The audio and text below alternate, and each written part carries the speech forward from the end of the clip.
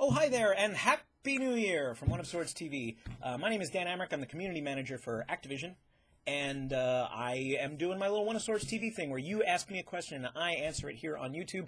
Go ahead and send your questions to youtube@oneofswords.com. I'll read them out and we'll discuss whatever it is you want to know. If I can find the answer, I will get you the answer. And today's answer goes to Jeff B., who's from London, Ontario, Canada. He's a big Guitar Hero fan. He's talked to me on Twitter before about Guitar Hero. And he says, I have a question. I've always wondered, how does the music get onto Guitar Hero? What steps does Activision need to take in order to make it available to play? What kind of permission do they have to get from the bands, the producers, copyright issues, charting, things like that? I've always been curious about it. You're in luck, because while Guitar Hero is currently on hiatus, they haven't announced any game in development or anything like that. I happen to be friendly with a lot of the people that did work on the Guitar Hero games while they were in production, and so I asked them to double-check my logic.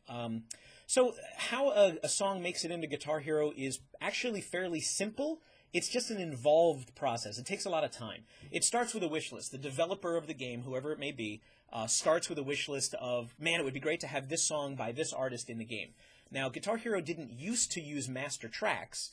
They just went for the publishing rights, which is the songwriting part of it, and then they would record their own cover versions.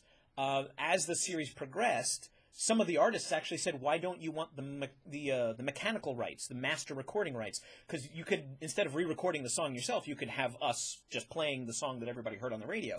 And so they went, well, yeah, we didn't think we were going to be able to get those. So the process for Guitar Hero became a wish list of song by artist. And so the developer gives the wish list over to the licensing team, like the legal guys at Activision, who then go out to the rights holders, try to find the people that own the rights to that. And, you know, it's fairly easy to figure that out. There are, you know, resources for that kind of stuff. But they say, hey, we want to use this song in the game, and we want to use the mechanical rights. Now, it is two different rights, but sometimes you come up against things that you didn't expect. Like, maybe the master tapes are lost. That happens a lot. Some songs that people are like, oh, how come I can't get that? Well, it's just because nobody knows where the master tapes are. It's been a long, long time. Maybe they've been destroyed in a fire. Maybe they were, they're sitting somewhere in a vault and they're mislabeled and nobody realizes that that's what they've got. Other times artists just don't want to be involved in it. Some artists didn't like the whole Guitar Hero thing.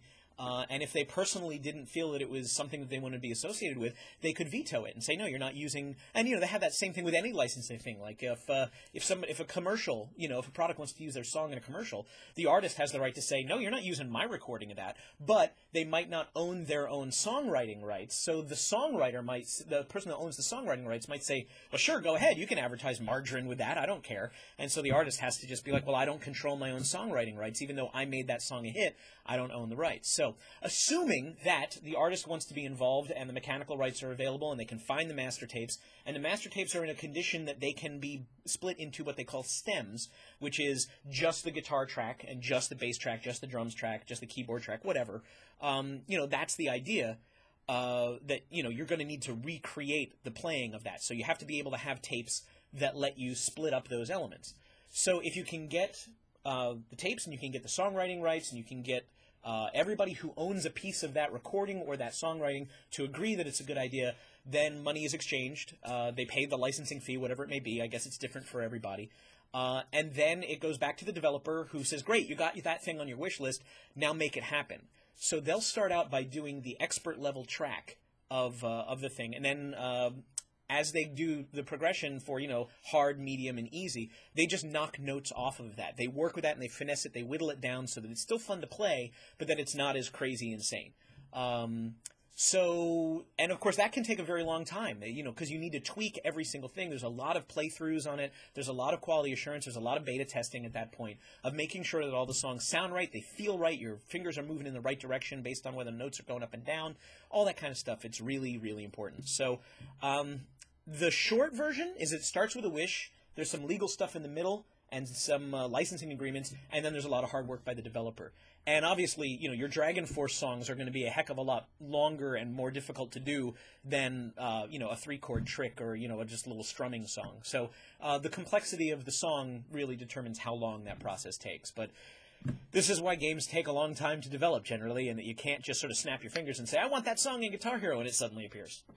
So, hope that gives you some of the insight you were looking for, Jeff. If you have a question out there in YouTube land that you'd like to know something about Activision or gaming or whatever, if you think that I can answer it, I'll certainly try. Just send it to youtube@oneofswords.com. In the meantime, you might find some of the answers already over at oneofswords.com. I have a blog, I have a podcast, I do giveaways, the whole thing.